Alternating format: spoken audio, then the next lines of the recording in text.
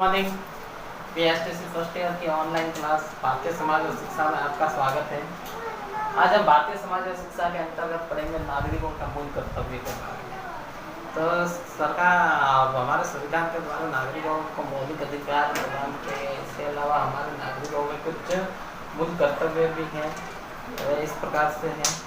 तो हमारे संविधान के अंतर्गत 42 के संविधान संशोधन 1976 के द्वारा जब संविधान का संशोधन हुआ तो उसके अंदर भाग 4 के अंतर्गत अनुच्छेद 51 के अंतर्गत नागरिकों के कुछ मूल कर्तव्यों को जोड़ा गया।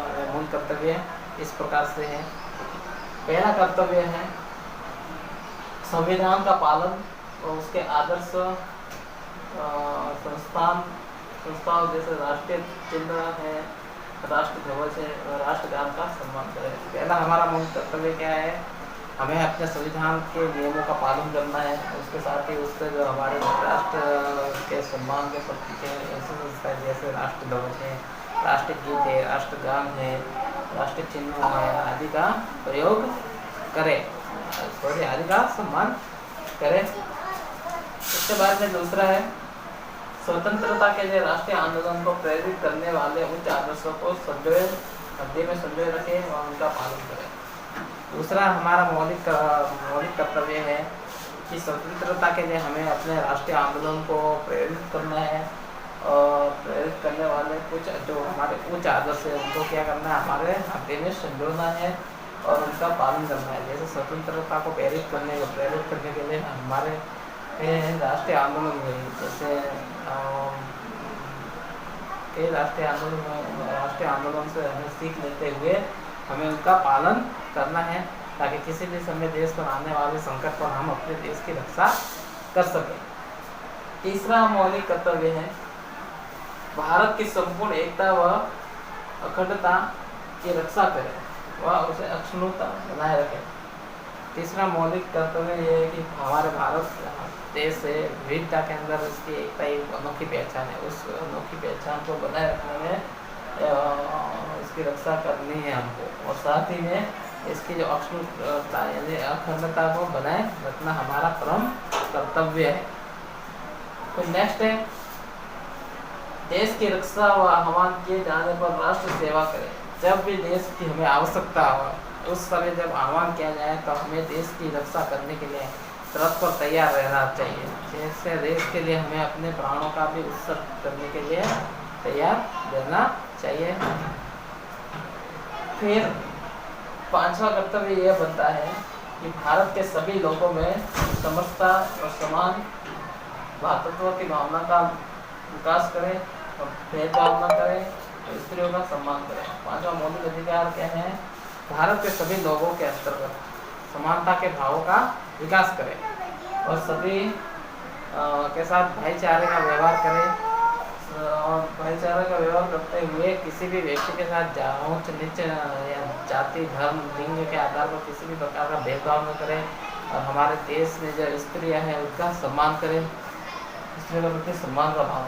छठा मौलिक अधिकार है हमारी समन्वित संस्कृति की गौरवशाली परंपरा का महत्व समझे। हमारी संस्कृति कैसी एक समन्वित संस्कृति है। यहाँ पर हिंदू विश्व के कई धर्म को मानने वाले लोग रहते हैं फिर भी उनकी संस्कृति एक समान है। इस प्रकार से हमारी एक समान संस्कृति का क्या उसको समझना है और उसके महत्व को समझना है।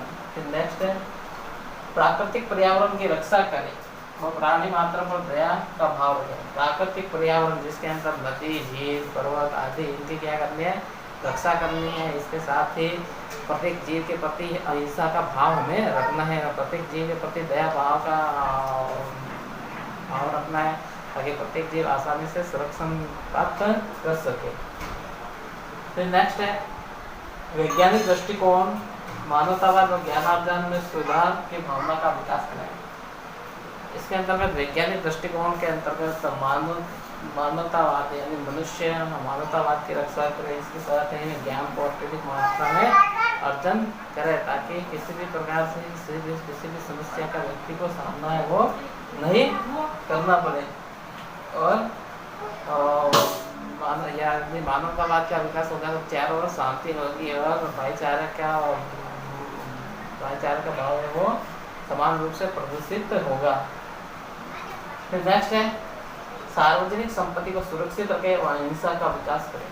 हमारे देश की जो सार्वजनिक संपत्ति, ऐसी संपत्ति जिस पर हमारे देश के सभी लोगों का अधिकार है, ऐसी संपत्ति को हमको क्या करना है, सुरक्षित रखना है। जैसे बस है, परिवहन से संबंधित संपत्ति है, सार्वजनिक समुदाय, सामुदायिक भवन आदि संपत्ति का हमें क्या करना है, इनकी रक्षा करनी है। और अहिंसा का भाव है वो मनुष्य के अंदर विकसित करना है, ताकि कोई भी व्यक्ति किसी भी व्यक्ति के साथ या किसी भी प्राणी के साथ किसी भी प्रकार के हिंसा नहीं करे, जिससे शांति विश्व कल्याण की भावना का विकास होगा। फिर 10वां है व्यक्तिगत सामूहिक गतिविधियों के सभी क्षेत्रों में उत्कर्ष की ओर बढ़ने का प्रयास करें। व्यक्तिगत यानी मनुष्य के विकास से संबंधित विभिन्न प्रकार की सामूहिक गतिविधियाँ होती है, उन गतिविधियों में क्या करता है, उन गतिविधियों के सभी क्षेत्रों में हमें बढ़ चढ़ कर भाग लेना है और व्यक्तित्व के विकास के, मानवता के विकास के लिए बढ़ चढ़ कर आगे बढ़ना है, ताकि सभी के अंदर समझता का भाव है वो जागृत हो सके और जागृत हो सके, ताकि विश्व कल्याण की भावना है वो बन पाए।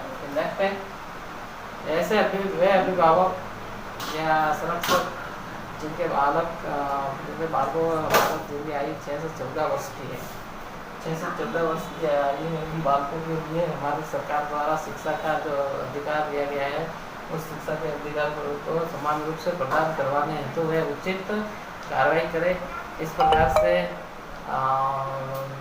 इस मौलिक कर्तव्य के द्वारा सभी बालक है वो शिक्षित हो जाएंगे। तो शिक्षित होने से क्या होगा, हमारे देश में जो शिक्षा का अंधकार है वो दूर हो जाएगा और सभी शिक्षित होने से हमारे देश के विकास की ओर बढ़ेगा।